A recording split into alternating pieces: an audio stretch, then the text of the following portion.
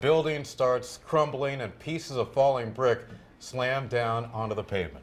This happened in a historic building in downtown New Haven, right at the corner of Chapel and Orange. That's where we find News 8's Stephanie Simoni. Stephanie, you've been talking with city building inspectors today. Hi, Ann and Keith. Yeah, could you imagine walking along the sidewalk and seeing pieces of a building falling to the ground? Well, that's what happened yesterday. Look at what is left of this building at Chapel and Orange Streets. Now, around 3 o'clock yesterday afternoon, bricks started popping out, and by 10 o'clock, the city said, you know what, we need to demolish this building. So we went to the city building officials to see if there are any other unstable buildings right here in the city.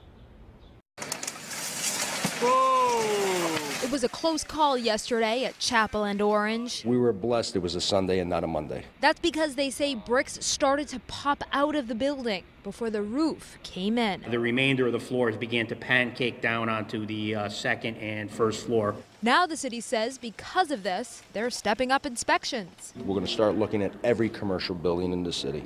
It may take us 3 years, but we're going to look at every single building in this city. Today they inspected other abandoned buildings like this one on Whaley Avenue. A New Haven historian says this one at Chapel and Orange dates back to before the Civil War, 1839.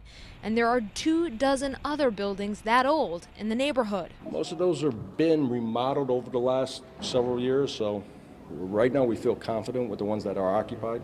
But we want to look at all of them. In all of New Haven, a total of 500 buildings are pre-Civil War, and the fire marshal's office says they plan to team up with the building inspector to investigate them. To make sure that we work collaboratively, to make sure that all our commercial occupancies with a specific focus on vacant and blighted buildings are inspected and addressed as soon as possible. We're looking at a bunch of buildings today. We'll continue looking at them every single day.